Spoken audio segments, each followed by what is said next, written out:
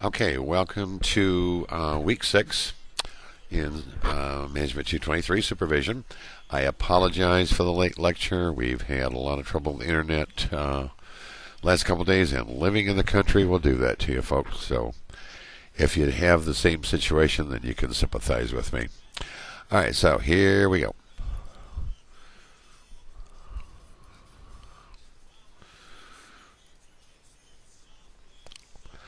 So the objectives of this week's study is, first of all, we're going to examine the staffing and role of the HR department.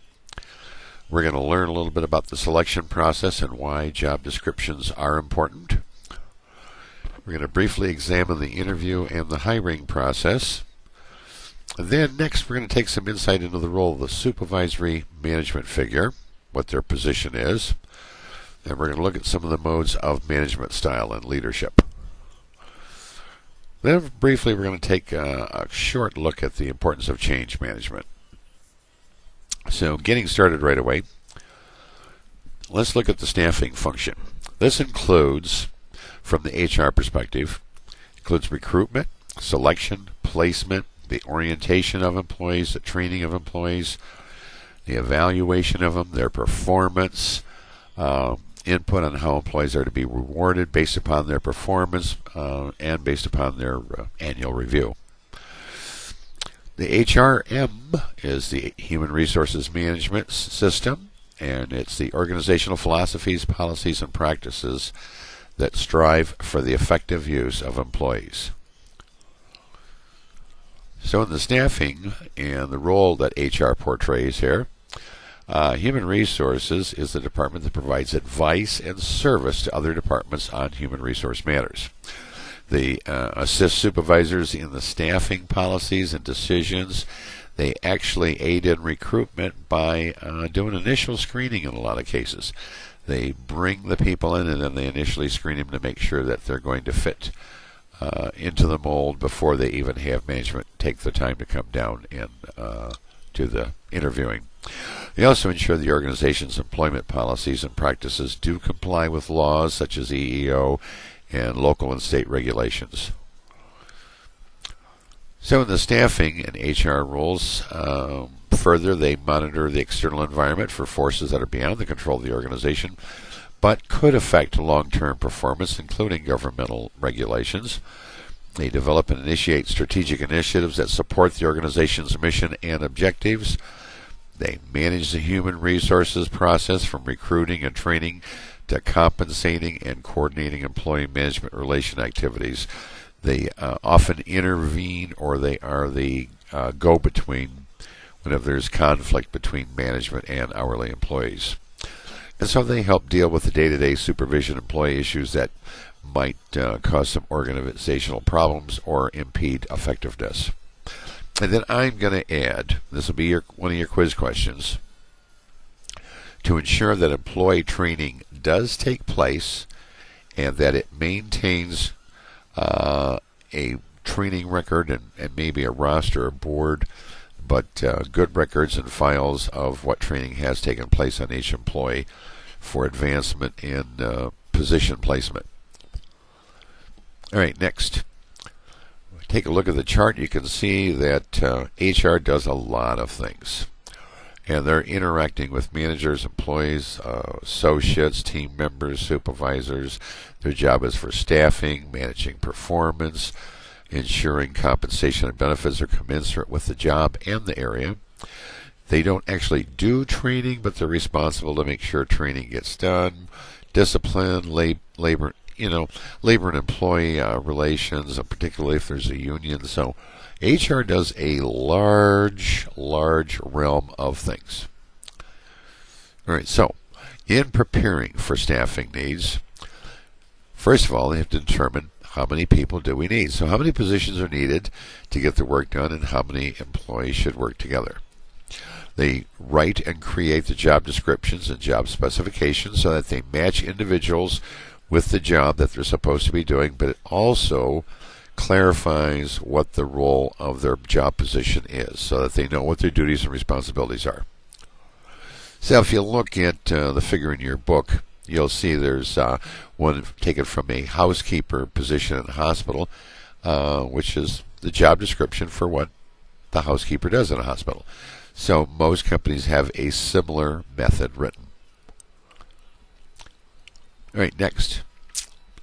Next thing is to determine, we already know now how many we need, how many do we have to hire? Are there any new positions due to expansion of a department, creation of a new department, new technology, employees retiring, quitting and going elsewhere? Are we replacing them? Are there new skill requirements? So you have to take into consideration everything that's going on within the facility with the input from the management to ensure they have the workforce that's needed. All right, so what do now? They solicit and recruit. So they go externally and internally trying to fill positions through promotions from within, transfers from one department to the next, using computerized databases of the employee skills inventories, again, training records. They post jobs and they have employees bid on them for opening positions. And then they also process outside sources of job applications from walk-ins, newspapers, web postings, so forth. They conduct the preliminary interviews to make sure these people are qualified. And then HR will do the background and reference check to make sure that they have a clean record or don't have a drug problem or maybe a felon. And then, where necessary, they administer skill and aptitude tests. So now in the interviewing and selection process, while HR actually assists in recruiting, the real selection comes from the management team. The management team will get in and do the final interview and decide yes or no. So supervisors and management need to have considerable input in making the final decision whether to hire any candidate for a job in their department. You don't want somebody working for you that you have to have that you already figured can't do the job or you don't think they're going to work. So it's up to you to ask the right questions and interview them and select them. They should not be making any staffing decisions without considering, though, the legal ramifications of their decisions. There are a lot of laws affecting hiring. We're going to talk about a couple real quick. There's the Civil Rights Act of 1964, which prohibits employment practices who discriminate on the basis of race, gender, color, religion, or national origin. And then there's the Equal Opportunity and Affirmative Action Program. So employers must make good faith efforts to recruit, hire, and promote members of protected classes so that their percentages in the organization approximate the percentage in the labor market. However, I still feel personally that you should hire the right person for the job and not try to fit a minority into the slot. So if the person's qualified, no matter whether they're male, female, white, black, Indian, Asian, if they're qualified, then they should be considered for the job. So the selection process is choosing the best person to fill that position.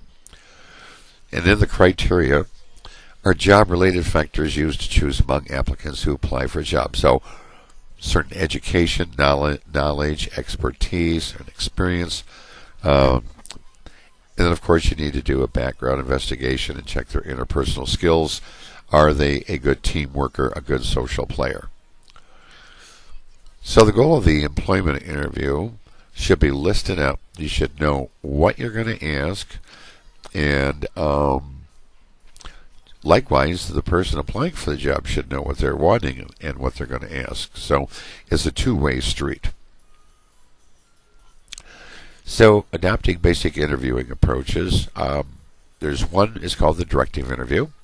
It's an interview approach in which the interviewer guides the discussion along a predetermined course, and is sometimes called a structured or patterned interview. They have the pattern of where they want to go with this all set up already, and they generally use an outline to help the ask certain questions to cover each topic that they want to cover and get knowledge on during the interview. So it allows the interviewer to question and expand on certain related areas. But again, one thing that's really important is ask open-ended questions Don't ask questions that are strictly closed where they're going to say yes or no. That's not going to help you at all. Then there's the non-directive interview. It's an interview approach in which the interviewer asks open-ended questions that allow the applicant latitude in responding and expanding. Encourages the interviewee to talk freely and more in depth. It's a little bit more difficult and time-consuming than the directive interview, but how well do you want to get to know the person that's coming to work for you? All right, next, the supervisor must know what information is needed from the applicant, how to get it, and then how to interpret the information that is being given to you. But you have to understand there are some things you can ask and some things you cannot ask. So understanding the influence of equal opportunity EEO laws, you can only ask questions that are job related. You cannot ask a female, are you planning on having children? Are you planning on getting married? Do you think you'll ever get pregnant in the next year?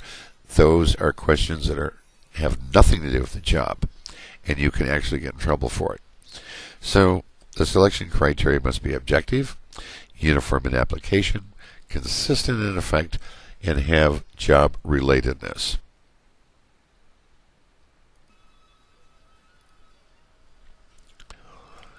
So if you look in the book, again, there's a list of things that you can pretty much ask or can't ask. And the one thing that you can't ask is like, what is their marital status? What is their religious denomination?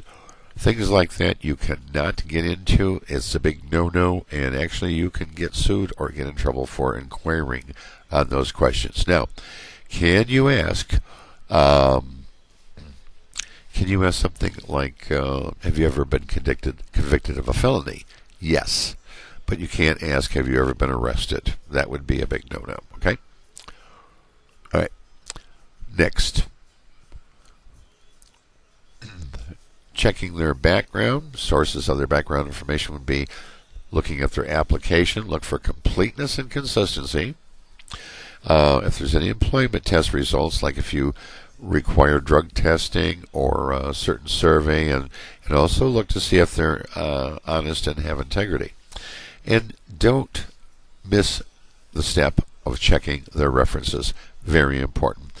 There's certain things that the employers can tell you and can't tell you, but you certainly don't want to miss that information either. Consequences of failing to check adequately.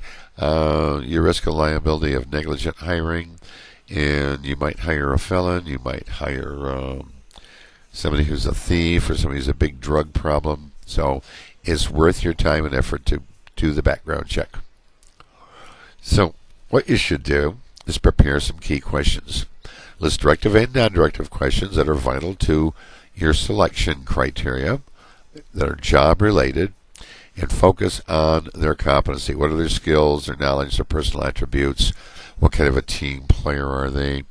You should set up a thorough plan to conduct your interview with. Make sure you have a good, conducive physical setting where there's some privacy and some degree of comfort so that the interviewee is comfortable in the setting. So opening the interview, you have a limited informal opening. It helps to put the applicant at ease by asking them something casual to try to get them to relax a little bit, because most interviewees are nervous when they come in. Explaining the job really helps. Give them a realistic organizational preview. Share with them the mission, the value, and the direction of the company, where it's going, and get a realistic job preview. Information given by an interviewer to a job applicant that provides a realistic view of both the positive and the negative. You don't want to just glorify the positive things. Let them know the pluses and the minuses. That way they can evaluate if they want the job. And at the same time, you can study their reaction too.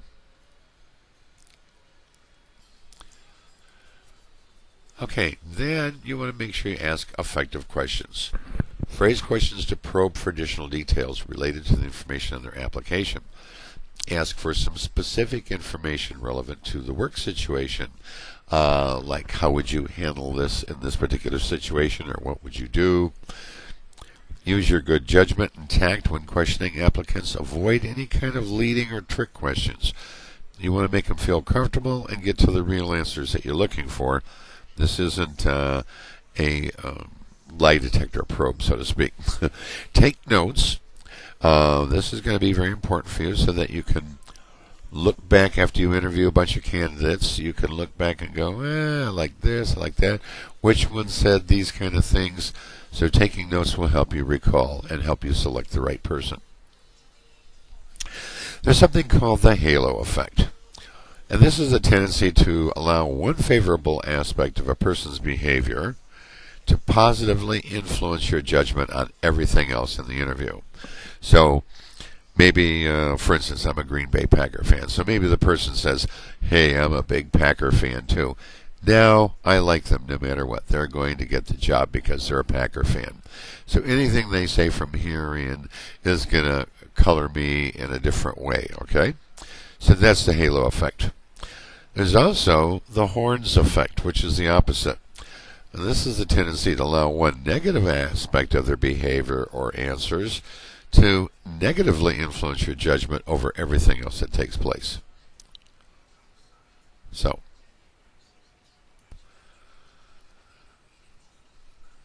all right. Next, closing the interview. You want to make sure you treat the candidate very fairly and courteously. Don't make any hiring or rejection right off the bat at the meeting.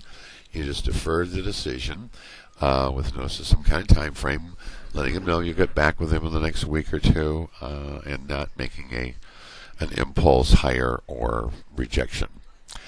So afterwards, you want to complete the post-interview evaluation.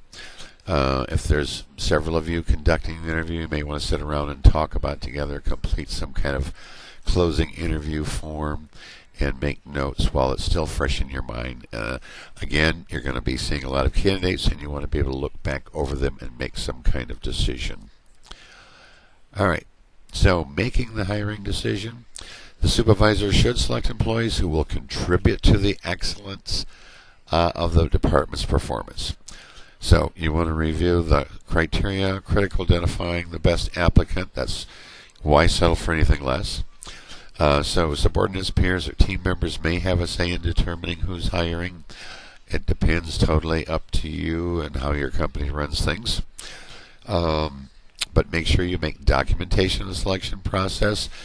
You're not going to understand right now, but you need to make this documentation of your thoughts, your notes, and everything. You never know when somebody may come in and make the accusation of discrimination. So make sure you have all your notes and all your information at hand.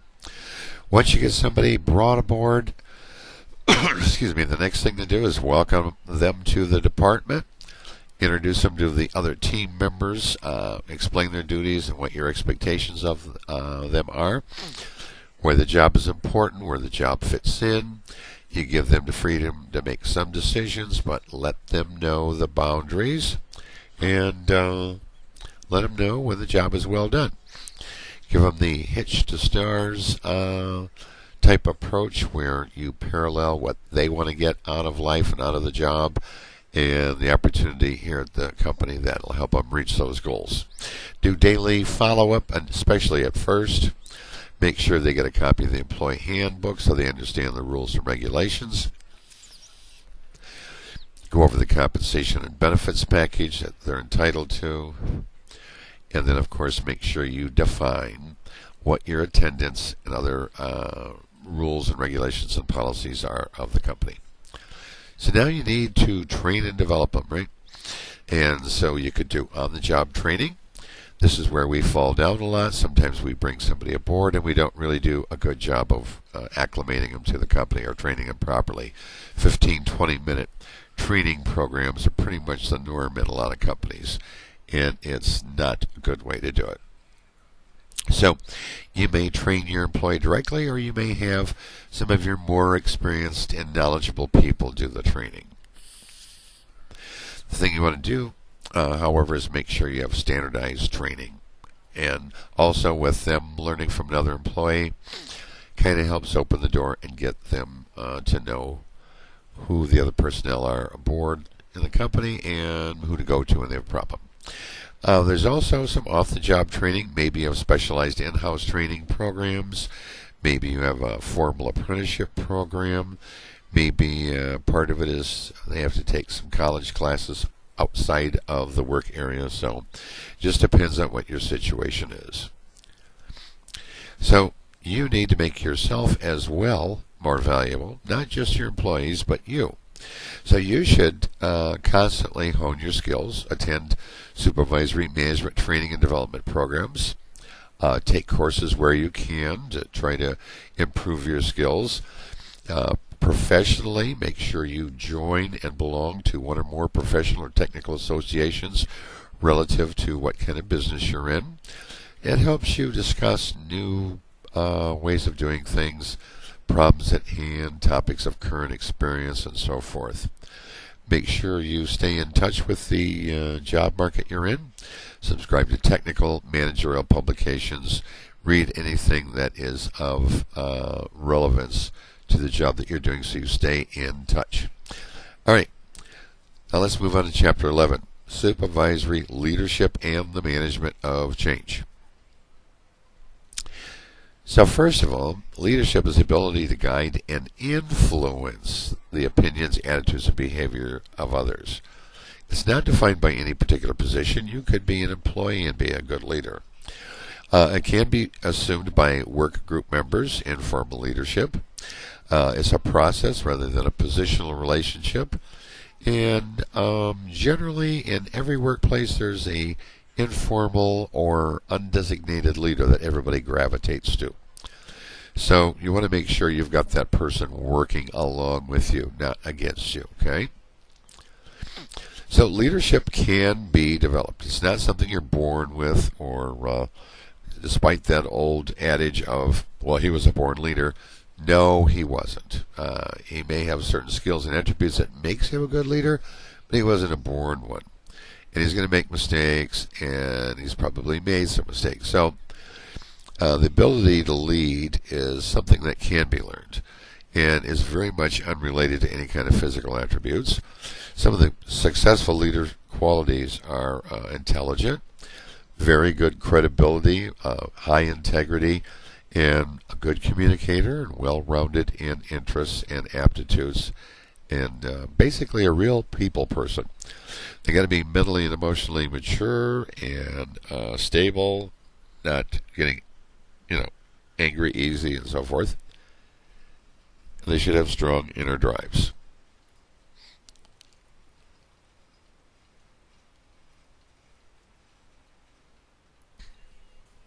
As a result of some research, it has been found that there's some things that people want from their leaders. First of all, they want direction.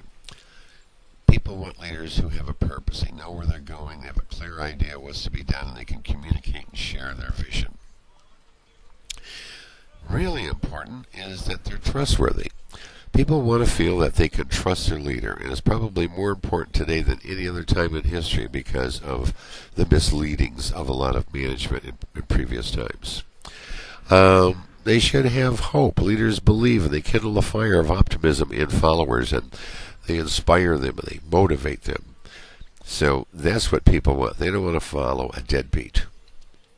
And they want to see results. They want to see leaders accomplish very difficult tasks because success breeds success. Okay?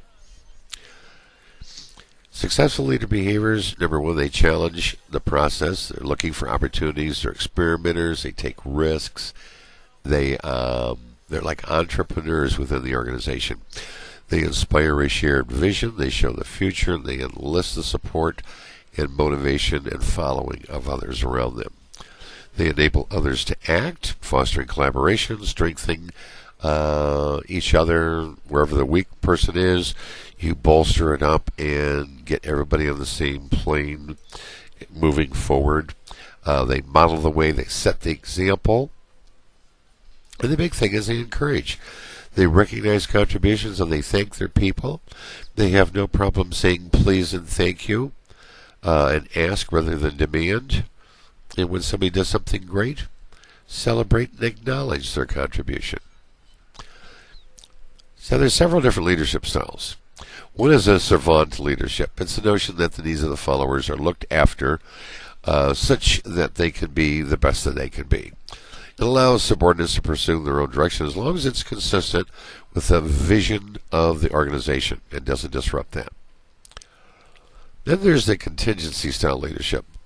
Here, there's no one leadership style that is best. The appropriate style depends on a lot of factors. There's no simple set of do's and don'ts, and there's nothing that certain things you have to do to achieve high motivation or to get excellent performance. So the effective leader provides direction, instruction, guidance, support, and encouragement, feedback, positive recognition, enthusiastic help when necessary. But the contingency theory is pretty much based on the idea that you have to look at the situation and act accordingly. No certain way is successful and popular all the time. All right, now the process of delegation. Delegation is a process of entrusting duties and related authorities to their subordinates. And so you have to hold your people accountable. And that is the obligation one has to one's boss and the expectation that the employee will accept credit or blame for the results achieved in performing those tasks. So they have to have responsibility, the obligation to perform certain tasks and duties as assigned.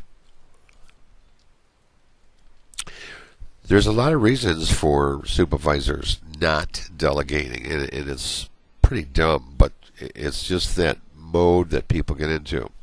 They think they don't have qualified people, that nobody can do it but them, so they can't do it. Or they're afraid their subordinates are going to make a mistake. And there's a lot of them who feel that, by the time I show them and explain it, I can just get it done myself. I'd rather do it myself. You're never going to develop your people that way. There's people who think that if it has to be done right, I'm the one who has to do it. So it's not good because you're actually boxing yourself in. Having the fear of being replaced by somebody below you will keep you from moving ahead. Until you train somebody who can replace you and develop that person, there's no way you can move ahead because you're locking yourself in with an anchor where they can't promote you because there's nobody left to take your spot. All right, now there's the autocratic or authoritarian type supervision mode. Relies on formal authority, threats, pressure, and close control. It's pretty much based on the theory X assumption. It's appropriate at some times, like when you're first getting started, or the task structure is very high, or the employees need a lot of direction, or you got to get results real quick. But it's not a good mode to use all the time. The bureaucratic style of supervision emphasizes strict compliance with the company policies, rules, and regulations, and in some cases, it's the expected managerial style in some cultures, unfortunately. General supervision means the supervisor sets goals and limits, but allows the employees to decide how to achieve those goals. It's based on the theory Y assumptions. It's appropriate at times and advantageous when employees are competent, they know what they're doing, and they have a desire to participate and get the job done. Now, the next one is the style that most companies are looking for today, the participative management. This is where you get your employees involved in making decisions or influencing decisions so that we're getting their input. So the more you involve your people, the more participative they are, the more participative you are, where you share and decide together. The more successful you're going to be, the more you're going to have your people involved with you. And that's what most companies are looking for today. Let's keep that in mind. And next we have the directive or the communication approach. It relies on the supervisor conveying to employees what, how, when, where, and why something's to be accomplished. There's the open book style, which helps employees understand how the impact of what they do affects the bottom line and how it affects the outcome of the final product. Then there's the free rein or the laissez-faire supervision mode, process where Supervisor delegates virtually all authority to employees to decide and act without the supervisor's involvement. Don't think that's a good way to do it, but in some situations it may work fine. Stretch targets are where you raise the bar. You're constantly presenting a challenge that's achievable. Kind of like a coach. Hey, if you can jump 5'4" today on the high bar, I want you to jump 5'5" tomorrow, and then 5'6" next week. So you're always pushing the limit. All right, introducing change. There's a lot of change, and the more organized it is, the better it's going to go off. But there is unplanned or unexpected times when a situation may cause you to initiate a strategy for change, maybe out of necessity. Making that change means supervisory involvement. All the progress you do, whether good, bad, backwards, or forwards, is progress. It is a change. But not all change is progress. So the introduction of change usually requires implementation at department level. And whether it fails or succeeds really is based on your ability as a supervisor to encourage, inform, motivate, anticipate where people are going to resist it, and deal with those changes and causes that might bring about resistance. Big thing is fear for most people. Change can threaten employees because it'll upset and change maybe their personal relationships. They may feel they're going to lose their job, lose certain skills. They may not be having the same authority level in the workplace. Fear of the unknown. There's a lot of reasons there. So the way to overcome it is make sure you provide enough information about what's going to happen, how it affects them, and the big thing is to make it a win-win situation for both the company and for the person. So you want to look at your chart in the book and look at some of the ideas on how to overcome these barriers to change. Really important. There's also the culture of change. Remember that as a leader of the team, you're also a member. So you need to get their feedback. You need to get their feelings. Whatever you're bringing change about, ask your people, what do you think the best way is for us to make this happen? And let them bring it to you. So that's it, folks. Again, sorry for the delay in this. If you got any questions, shoot me an email. Make sure you do the quiz, and we'll talk later.